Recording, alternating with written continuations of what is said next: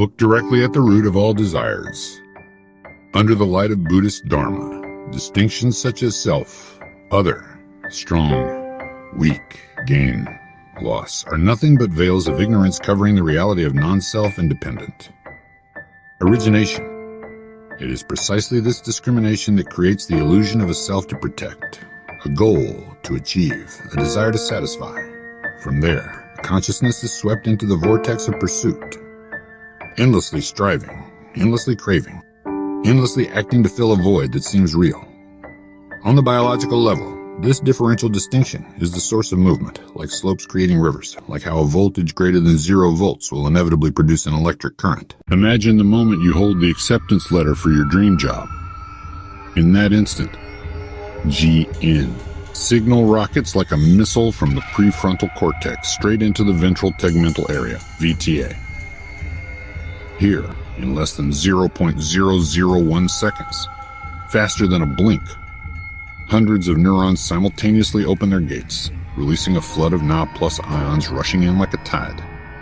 The membrane potential surges from 70 MV to plus 30 MV, creating an impulse like lightning tearing across the mile-and highway, racing straight to the synapse and boom, forcing dopamine to gush out like soda exploding after a frantic shake. The most staggering thing. This machine doesn't care if you won a Nobel Prize or just found a parking spot. The VTA, the dopamine fortress containing over 70% of neurons producing this substance, always activates with the exact same script. It is precisely this indiscriminate nature that turns us into addicts of many victories. The tap on the phone to watch a movie. The ting of a message from a lover. These cheap dopamine hits blur life's grand picture in a fog of micro-satisfactions, narrow and limited. The emotional storm from compensating deficiency. The destructive power of the reward system reaches its peak when the notion of gain, loss touches. Deep, hidden voids within the soul, the parts we lack and constantly yearn to compensate for.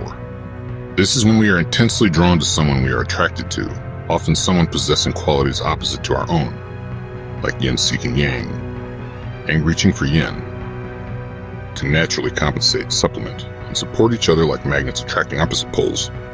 When connection is achieved, that moment becomes the spark igniting the reward system. The brain reacts with terrifying speed. The cell membrane potential surges from 70 MV to plus 30 MV in a mere 0.5 milliseconds, faster than the blink of an eye. This abrupt change is like a violent jerk flipping a switch, simultaneously activating 2 neural superhighways. The mesolimbic pathway specializing in creating pleasure sensations, and the nigrostriatal system driving possessive behavior. The consequence of this dual mechanism is a dopamine flood rising over 200%, creating a state of euphoria 35 times stronger than the feeling of ordinary success. The body reacts intensely through uncontrollable physical signs. Burning the receptor network makes you tremble with excitement. The destructive power of this internal storm explains why connecting with a partner can intoxicate us more than material victory, as it strikes directly at the primal fear of deficiency in the subconscious. Conclusion. Look deeper. Every neural impulse that flares up, every wave of dopamine flooding the synaptic cleft, is essentially the biological echo of an ultimate truth, that we have unconsciously handed the key to happiness to the illusion of discrimination, which does not exist in the reality of dependent origination. The dopamine system lacks the ability to discern true happiness. It only reacts mechanically according to the reward mechanism.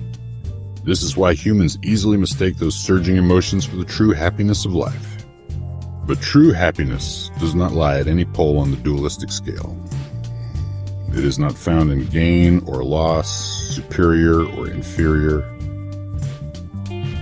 In the light of Buddhist Dharma, these dualistic notions of self-other, gain-loss, superior-inferior, are precisely a psychological version of the process of membrane potential polarization in neurons from 70 MV to plus 30 MV to plus 30 MV, leading to the flow of current and the generation of nerve impulses. Therefore, when you stop creating a differential potential in your consciousness, that is, letting go of the dualistic measures of self and other, gain and loss, the wheel of samsara loses the energy to turn. Dopamine returns to being an ordinary neurotransmitter. The emotional storm dissipates. And in that still moment of non-comparison, you will see the surface of your inner lake become profoundly calm, reflecting the pure light of an undivided reality. This is true happiness. Thus, the boundary between liberation and entanglement lies precisely in the dualistic notions of self, other, gain, loss, superior, inferior. Awakening that stops or chases after ignorance is the decisive moment determining the entire subsequent process.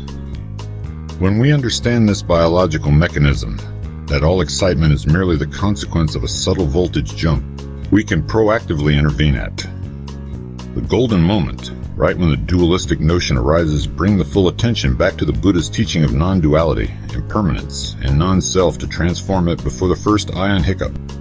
It is precisely this awakening that will lock the Na Plus channels, like a golden key shattering passion and illusory euphoria at its very root.